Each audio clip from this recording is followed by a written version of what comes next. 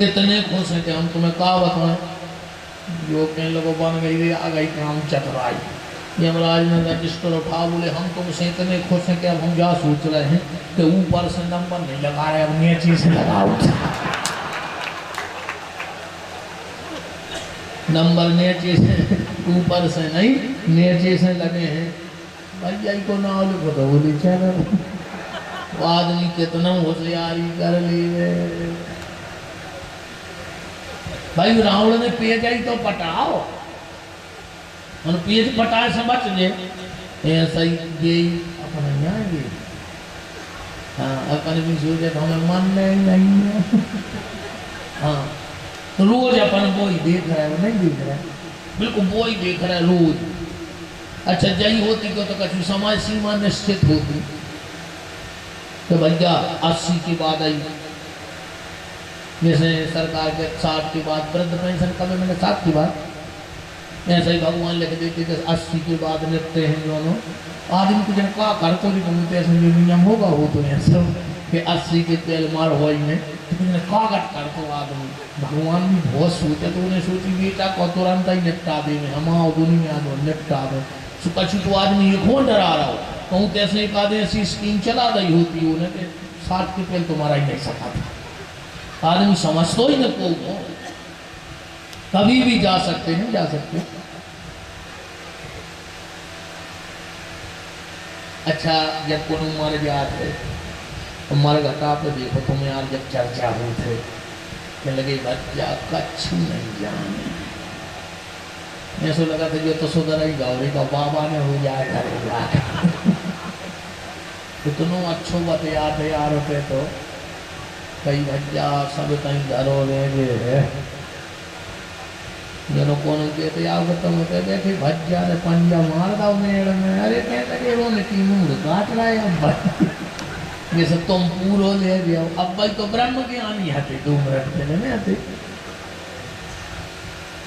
बच तो सकता ही नहीं है। रावण पेज पटा लेगा कि चाहे बॉडी मालिश कर लो और चाहे लगा लो सेंट, जगत में कोई न परमानेंट, जगत में कोई न परमानेंट, जगत में कोई न परमानेंट, जगत में कोई न परमानेंट।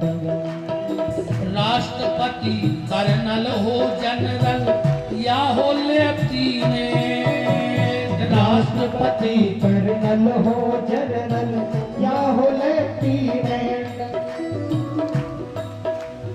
एक दिन सबको जाना प्यारे, एक दिन सबको जाना प्यारे, लेडीज हो या जेंट, जगत में कोई न परमानेंट, जगत में कोई न परमानेंट, जगत में कोई न परमानेंट, जगत में कोई न परमानेंट, जगत में कोई न परमानेंट, जगत में कोई न परमानेंट। बहुत स्नेही भैया ये रही से राजपूत परिवार से गुड्डू भैया उपस्थित हैं, उनका बहुत बहुत मान है। और उनके साथ जितने भी भगत कथा में पधारे सबका हमारे यजमान परिवार में बहुत बहुत मान है। जगत में कोई न परमानेंट, जगत में कोई न परमानेंट।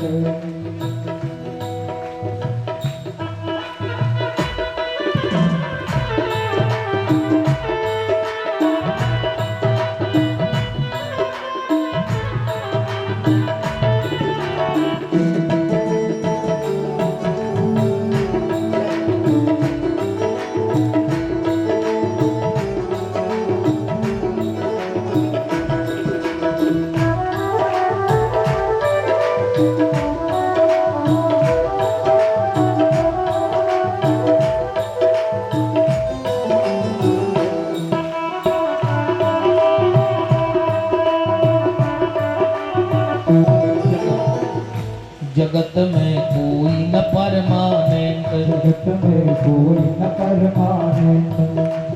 भगरानिया सागर हो चाहे, कहते भी न बचे कोई का कागज नहीं है। भगरानिया सागर हो चाहे चाहे जीराई हो या केन, वो नहीं बच रहा हो तो क्या करें? राधे राधे कहते जाओ, राधे राधे कहते जाओ, राधे राधे कहते जाओ, राधे राधे कहते जाओ। चाहे धोती पहनो पेंट, जगत में कोई न परमानेंट, जगत में कोई न परमानेंट, जगत में कोई न परमानेंट, जगत में कोई न परमानेंट। चाहे बॉडी मालिश कर लो, चाहे बॉडी मालिश कर लो, चाहे लगा लो सेंट, जगत में कोई न परमानेंट, जगत में कोई न परमानेंट, जगत में कोई न परमानेंट। जगत में कोई न परमानेंट।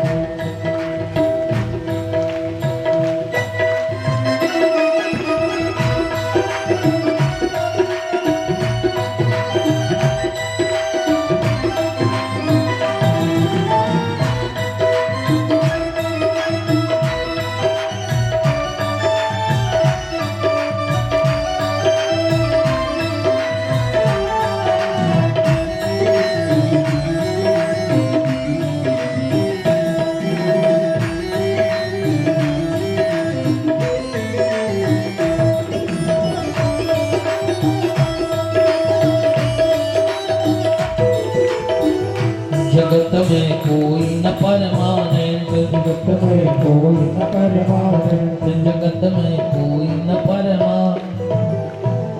रावण ने धर्मराज की डायरी से पेज पटा लिया कि हम कभी मरेंगे नहीं, और इसने विचार किया कि हम जाकर के, अच्छा देखो एक बात और बताएं, एक चौपाई और बड़ी प्यारी अपन उसका भाव लगाएं। रावण ने जब ब्रह्मा जी की तपस्या की, अब ब्रह्मा प्रकट हुए, और जब ब्रह्मा प्रकट हुए तो साथ में शिव जी को ले आए। पहली बार ऐसा हुआ क्योंकि जिस देवता की साधना की जाती थी वही प्रकट होता था। रावण ने भजन किया ब्रह्मा का, और जब ब्रह्मा प्रकट हुए तो साथ में ले आए शिव जी को।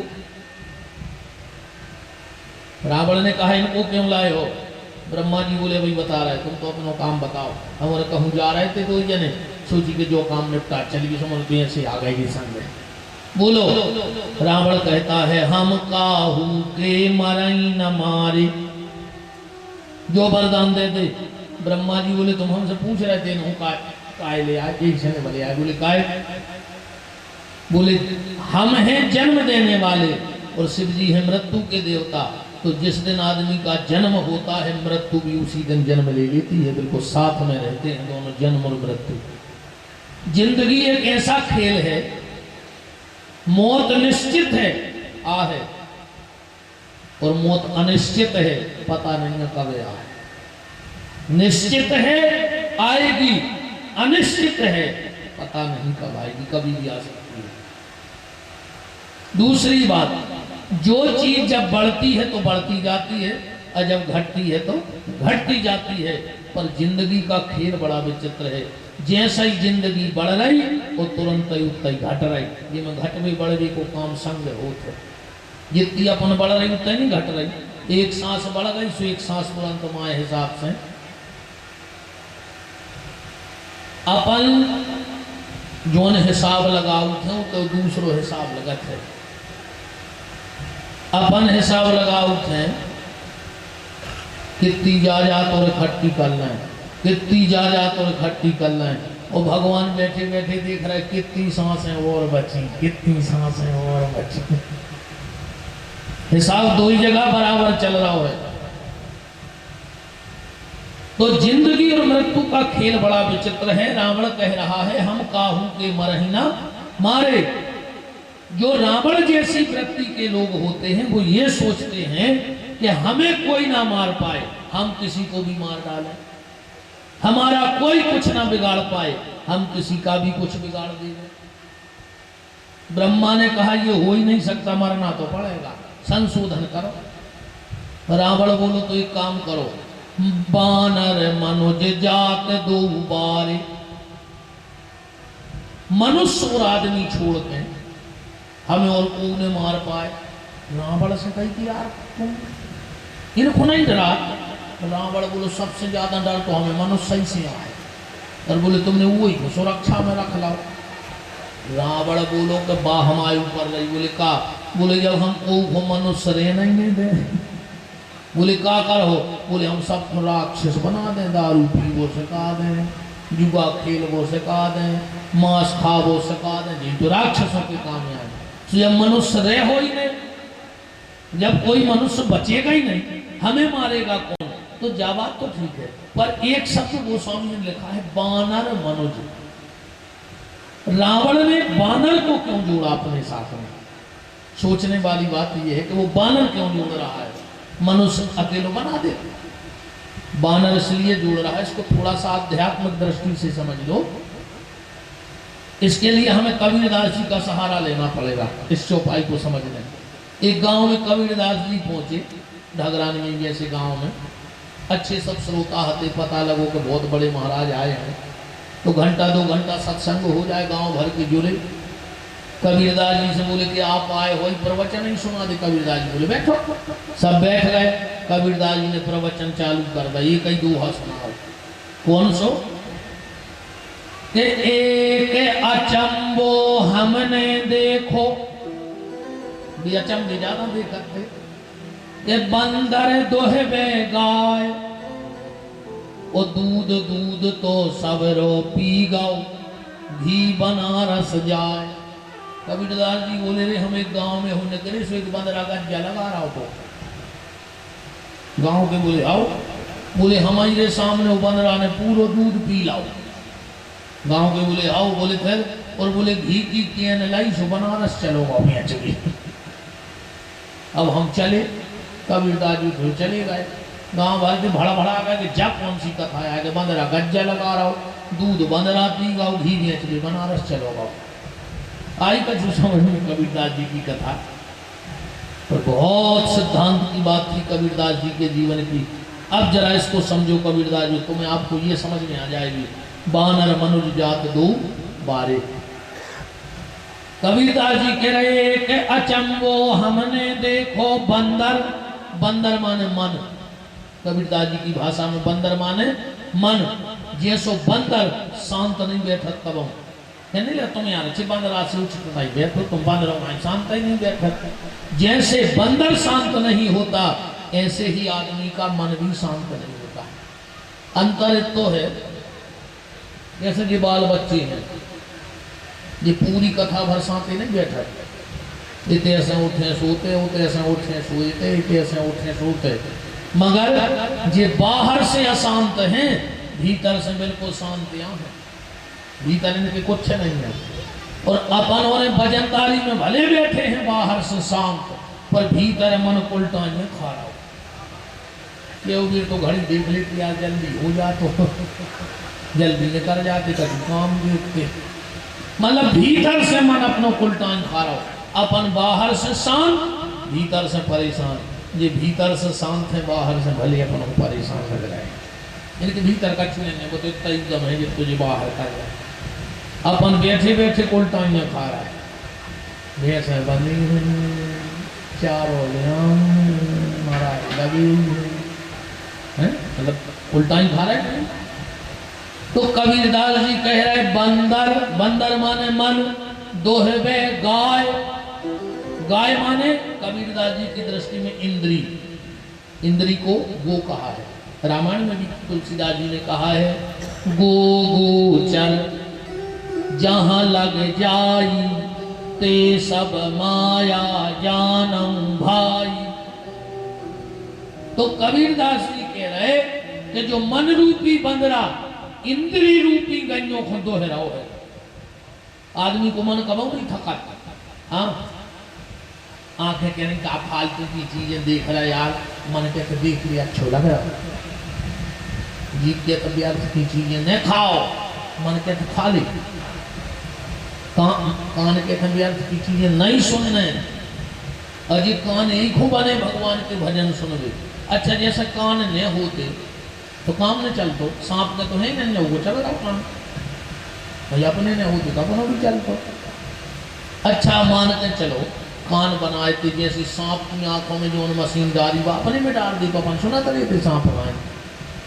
अच्छा चलो आदमी जे काय को बना दे जितने बड़े बड़े अकेले टोकले कर दे तो जैसे नाक में है जो बने तो काम मतलब का अच्छा और का काम के हैं जी ये फल्ला से लटके दो इधर जी का दिन के हैं सुना तो अपन टोकलों में हुए जो कानों में जे काय कान ने होते तो कितना फायदा कम से कम 50,000 रुपया को फायदा हो तो साल में हर 6 महीना में झुमकों की डिजाइन बदल रही तुम कान ही नहीं होते तो झुमका कहाँ से बोला।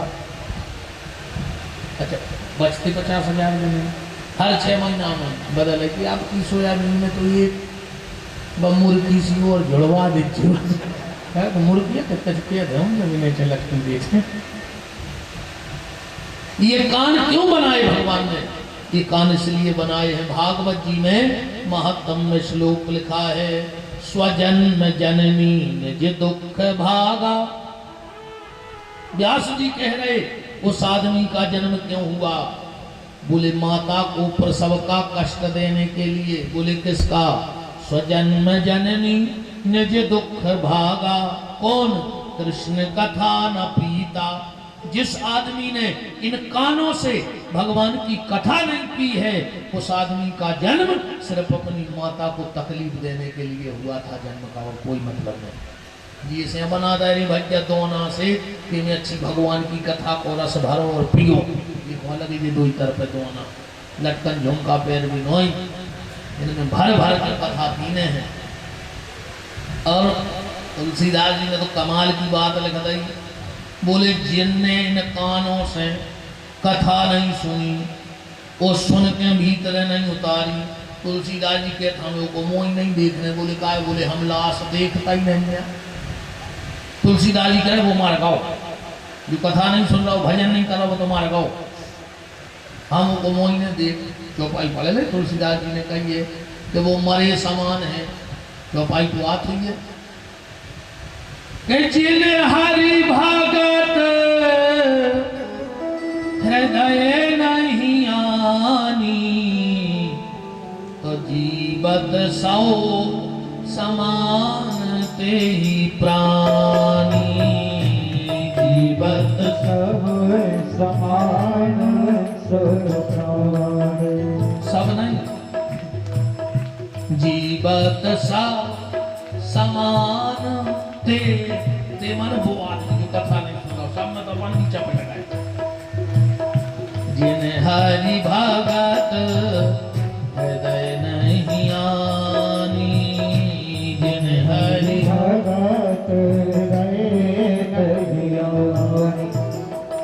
तो कबीरदास जी कह रहे कि जो मन रूपी बंदरा इंद्री रूपी गैया को लगा रहा है जब तक इन इंद्रियों में ताकत रही ये मन ने संसार के विषय वासना में फंसा दो। बंदर दोहवे गाय दूध दूध तो सबरो पी गो। जितनी दम हती बहु ने संसार में लगवा दे ये मन ने।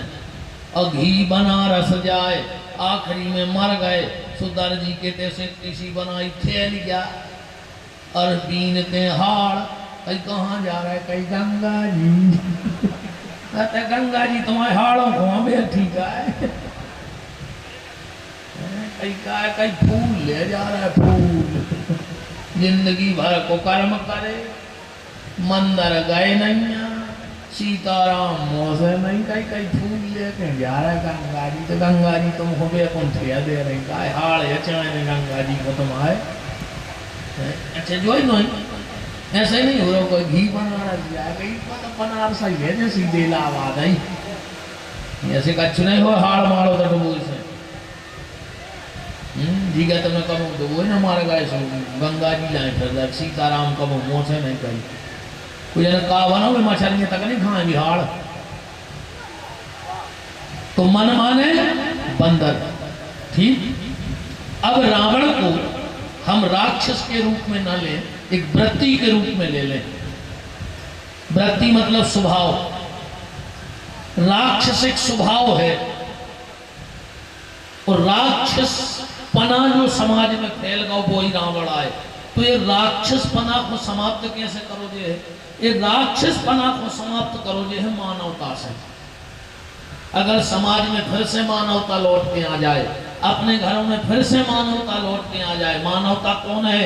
बोले राम। राम का चरित्र अगर फिर से लौट के समाज में आ जाए तो राक्षस पना खत्म और मानवता का स्थापना हो जाएगी। पर राम ने रावण को कब जीता? जब बंदरों को गुलाम बना लिया। मतलब अगर समाज में फैले राक्षस पना से जीतने हैं तो पहले अपने मन को गुलाम बनाओ। मन बन रहा। और अगर तुम मन के गुलाम हो गए तो तुम कभी राक्षस पना मिटा ही नहीं सका। तो रावण कह रहा है कि जो अपने मन को गुलाम बना करके जो मानव मुझ पे हमला करेगा वही मुझे जीत सकता है, और जो खुद मन का गुलाम हो जाएगा वो कभी हमें जीत नहीं सकता। इसलिए बानर मनुज जात दो बारे। चर्चा कहाँ है अपनी? सुमित्रा को खीर खाए नहीं गई। बात कहूँ घूम जाए रहने होता है। बीच बीच में हम खबर करा कस्टमर तो भूल जाते हुए कहाँ आते, वो भी हमें लोग ठीक है कि लोग कथा भी हमें सुनाने जा भी खबर रखने के हते कहाँ नहीं है भैया। खबर तो हमें रखने के थे संजय कथा पग डंडी चली गई थी, मैं लौट के तो कर जाऊंगा। रावण ने पेज फाड़ा, ब्रह्मा ने कहा चिंता मत करो हम संभाल लेंगे स्थिति। रावण गौ सो कोसलेश, आज वर्तमान में कश्मीर राम जी को ममिया और हुआ है, कोसलिया कश्मीर की है। हाँ, रावण गया और कौशल्या को चंद्रहास खड़क से मारने लगा। आकाशवाणी भाई रावण जा गलती न करियो, न जमन न हो मर हो आज निपट गए, जितनी जिंदगी बची बाहर खत्म। रावण ने सोचा यार मार सका तो मैं क्या करे, कौशल्या को अपहरण कर लो, एक सिंदूक में रखो। और इसका एक राघव नाम का मत्स्य था समुद्र में, ऊके रखे आओ तो दोनों हम नहीं आवे ले दोनों नहीं। ब्रह्मा जी नकली रावण बने, कौशल्या को ले आए। यहाँ पर कौशल्या के पिताजी ने कौशल्या के स्वयंवर को ढिंढोरा पिटवा था। बड़े बड़े क्षत्रिय राजा इकट्ठे भय और घर में बिटिया नहीं। राजा ने सोचा मर जाओ का जवाब दें समाज में, बताओ बराबर दरवाजे छाणी अब मोड़ी है नहीं। तुम्हारे भी जा रहे थे पीछे के दरवाजे से कौशल्या के पिताजी सुमिल गए, सुमित्रा के पिताजी बोले काय मित्र, बोले भैया रे राजा जुड़ गए मोड़ी को पता नहीं है। बोले अभी बिटिया हमको बोले देखो तो है ना, बोले कौन नहीं देखो, तो बोले हमारी मोड़ी ने काट दिया भाई, हमारी बिटिया ने काट दी। सुमित्रा जी को निकाल दिया माला लेके स्वयंवर में। जी आए मित्र, ये न मित्र दुख होए दुखाई, एक मित्रता कहते हैं कि राग वही जम राम बसे, अध्यान वही जो धनी के धरे को, अप्रीत वही जो सदान भवे, अप्रेम वही जम दाग जरे को। और सुख में तो मिलेंगे हजारों मन मूरख, पर मित्र वही जो विपत्ति परे को। वो आए तुम्हारा मित्र जो विपत्ति में संग देवे, बेनोई तुम्हारे मित्र जो कसम दे के कहने के हाँ एक आओ दोस्ती की सौगंध एक पगवा तो ठोकाइए। बिनोई मित्र भी तो तुम्हारे घर में टाविया फिर बर्बाद कर भी तुम्हें, वो तुम्हारे मित्र नहीं है। जैसे ही सुमित्रा जी माला लेके निकली, माँ से दशरथ जी जा रहे थे स्वयंवर को, बीच में मिल गए ब्रह्मा। बोले कहाँ जा रहे? बोले स्वयंवर में। ब्रह्मा जी बोले कि लड़की तो जा है, बोले तुम ही वहां जा तो हम काय भगत जाए। तो दशरथ जी के रथ पे कौशल्या बैठ गई। जैसे ही दशरथ जी स्वयंवर में पहुंचे, सुमित्रा ने माला डाल दी। कौशल्या बोली बहन ये क्या किया, इनको तो मन ही मन हमने पसंद कर लो। तो बोले दीदी तुम भी कर ले भी आओ। बोले अब नहीं, पहली माला तुमने डाली तो पटरानी तुम बन हो। तो सुमित्रा बोली दीदी जैसे क्षत्रिय की बात का वजन होता है, ऐसे ही मैं भी क्षत्राणी हूं, एक क्षत्रिय की बिटिया हूं, तो मैं भी तुम्हें वचन देती हूं, शादी भली प्यारी हमारी भाई, पर हम सिंहासन पर कबो ने बैठे, पटरानी बन के तुम बैठो। सुमित्रा ने वचन दिया तो कौशल्या ने शादी कर ली। सिंहासन पे तो कौशल्या ही बैठक थी, पर जब कुल की पूजा को टेमात तो कौशल्या को काम नहीं हो, तो फिर सुमित्रा आउती। कैसे विधि के हिसाब से तो बड़ी सुमित्रा है, पर भी तो वचन में बंध गई थी। 2 बार कुल पूजा भाई अयोध्या में, कै बार? 2 बार पूजा कोने करी? कौशल्या ने करी हो तो चौपाई पढ़ो को बात हो तो 2 बार कुल पूजा हुई तो सुमित्रा ने की वो 2 चौपाई हम पढ़ रहे हैं, मानस की ध्यान से सुनना। पहली चौपाई के बेबे विधान बाजने बाजे अमंगल साज सुमित्रा साज मणिमय विविध मणिमय विविध भात अतिरूरी और चौके 4 सुमित्रा पूरी। सुमित्रा जी ने ही कुल पूजन किया। बोलो वृंदावन बिहारी लाल की, राधा माधव सरकार की। बैठिए सभी हमारे सागर से, कृष्ण कुमार पांडे जी, श्री दौलत राम जी सेन जी, शिव त्रिलोकी भैया, सबका बहुत बहुत मान विराजिए। हमारे लोहारी वाले पंडित जी महाराज और बरखुआ खुमान वाले पंडित जी महाराज सभी उपस्थित हैं, आप सबका बहुत बहुत मान है। बोलो वृंदावन बिहारी लाल की, राधा माधव सरकार की।